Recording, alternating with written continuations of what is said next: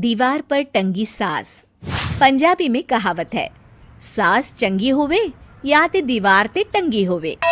संगीता की शादी भी एक ऐसे ही घर में होती है जहां उसकी सास दीवार पर टंगी होती है। अभी मजा आएगा ना भिड़ो। ले जाते हैं जहां ससुर जी कहते हैं, बेटा बेटा संगीता, ये तुम्हारी सास थी, बहुत नेक और भली, लेकिन थोड़ी गुस्सैल थी। गुस्सा आने पर सब तहस नहस कर देती थी, पर अब ये इस दुनिया में नहीं है।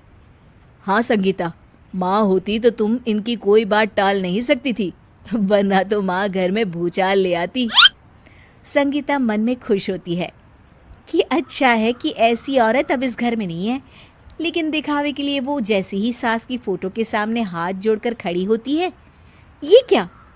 सास उसे देखकर मुस्कुराने लगी। संगीता आंखों को मलकर एक बार फिर से देखती है, लेकिन फिर सास के चेहरे का भाव, भंगिमा यानी एक्सप्रेशन बिल्कुल बदले होते हैं। तू समझा? हाँ। नहीं, तू समझा नहीं। फिर तो स्माइल कर रही है।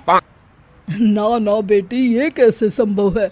जरूर तुम्हें कोई गलती हुई होगी, ऐसा कैसे हो सकता है? लगता है तुम शादी की सारी फॉर्मेलिटी करते करते थक गई हो, तुम्हें आराम की जरूरत है संगीता। खैर, सारे संगीता की बात को इग्नोर कर कमरे में चले जाते हैं। वैसे सास की फोटो पर एक्सप्रेशन एक के बाद एक बदलते ही रहते हैं। सुबह होती है, पति और ससुर को काम पर भेजकर संगीता कमरे की सफाई करने में लग जाती है कि तभी उसे आवाज आती है, टेबल ठीक से साफ करो। ऐसे भी कोई टेबल साफ करता है? इससे अच्छा तो ये गंदा ही था। किसी औरत की आवाज सुन संगीता दंग रह जाती है और सोचने लगती है कि आवाज कहाँ से आई। आवाज को नजरअंदाज कर वो फिर से अपना काम करना शुरू करती है, लेकिन इस बार तो आवाज बिल्कुल उसके कान के पास से आती है। मेरा घर है ये। जब तक मैं थी चमका कर रखती थी, हर एक चीज शीशे की तरह थी। तुम्हें तो ना सफाई आती है ना कुछ पता है। क्यों तुम्हें मेरे घर की जिम्मेदारी दे दी गई है? पता नहीं तुम में मेरे बेटे को क्या दिखाई दिया। मैं होती तो एक से बढ़कर एक लड़कियों की लाइन लगा देती। अब संगीता को समझने में देर नहीं लगी कि ये आवाज किसी और की नहीं बल्कि उसकी सास की है, जो दीवार पर टंगी है। वो उसके पास जाती है और कहती है, नमस्ते सासू माँ, मुझे तो कल ही लग रहा था कि दीवार में कुछ काला है। वो दीवार नहीं, दाल होती है पगली। सही पकड़े हैं सासू माँ। तो क्या हो गया आपको जो आप यहाँ भी चैन से नहीं बैठी हैं? सुना मैंने आपका व्यवहार काफी गुस्से वाला था।